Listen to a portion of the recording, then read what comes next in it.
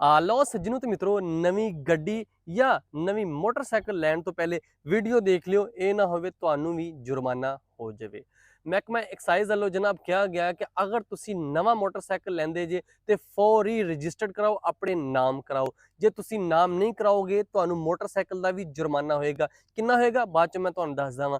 ਤੇ ਦੂਜੀ ਗੱਲ, ਗੱਡੀ ਅਗਰ ਨਵੀਂ ਕਾਰ ਤੁਸੀਂ ਲਈ ਜਾਂ ਗੱਡੀ ਕੋਈ ਵੀ ਲਈਏ ਤੇ ਫੌਰੀ ਆਪਣੇ ਨਾਮ ਤੇ ਰਜਿਸਟਰ ਕਰਾਓ, ਨਹੀਂ ਤੇ ਗੱਡੀ ਦਾ ਵੀ ਜੁਰਮਾਨਾ ਹੋਏਗਾ।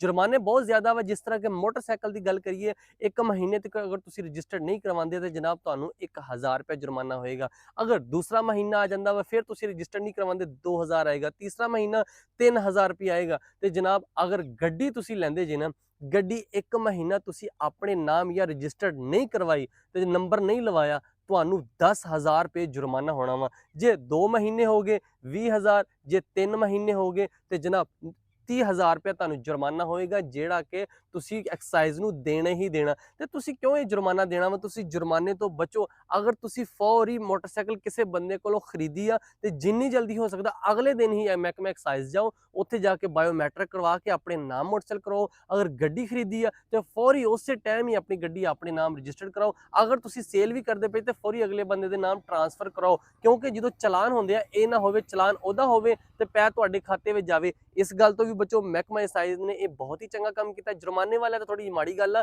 लेकिन दूजा काम ये चंगा कि जिन्नी जल्दी हो सकता अपनी गड्डियां अपने नाम ट्रांसफर कराओ, ताकि तुहानू पता होवे मेरी गड्डी मेरे कोल ही चलती पई है।